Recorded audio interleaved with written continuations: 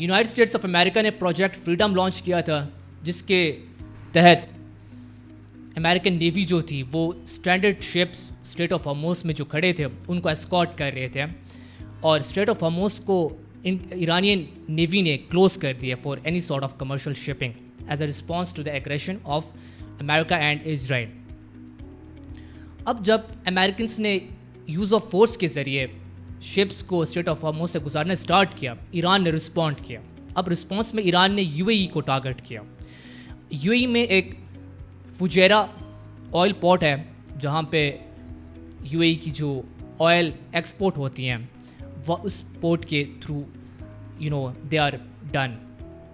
اب جو یہ پائپ لائن ہے اس کی جو لینتھ ہے دیٹ از 380 کلومیٹر، اور اس کو اسٹیبلش کیا گیا تھا 2012 میں.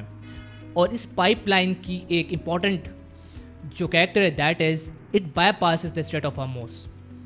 یہ اسٹریٹ آف ہارموز سے 70 nautical miles beyond it is located. Means that اس پائپ لائن کے ذریعے یو اے ای اپنے ابو دھابی میں جو ان کے آئل اینڈ گیس فیلڈ ہیں وہاں سے اس پائپ لائن کے ذریعے ان کو ٹرانسپورٹ کرتے ہیں ٹو فجیرہ آئل پورٹ، اور وہاں سے گلف آف عمان کے تھرو وہ اپنے ایکسپورٹ کنڈکٹ کرتے ہیں.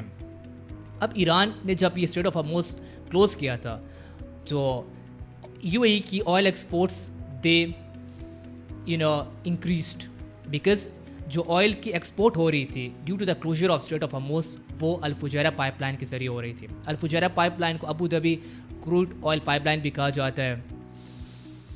سو ایران نے جو امریکن ایگریشن تھی نیول فورسز کی under the operation project freedom, جہاں پہ وہ اسٹریٹ آف ہارموز سے کمرشل شپس کو اسکارٹ کر رہے تھے، اس کے رسپانس میں انہوں نے فجیرہ پہ بیلسٹک کروز اور ڈرون اٹیکس کر دیا. As per you A E ministry of defence they said that they have the right to respond to Iran, but timely intervention of Pakistan جس کی وجہ سے اس ٹینشن کو ڈیفیوز کر دیا گیا، اور پاکستان نے یو اے ای سے they told them that you don't have to respond militarily because already ایک fragile situation that is there between Iran and America.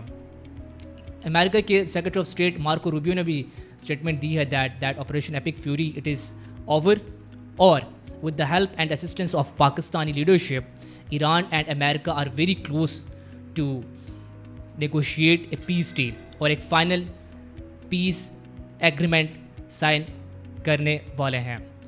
So that was the story behind the attack on Fujairah oil pipeline. Thank you.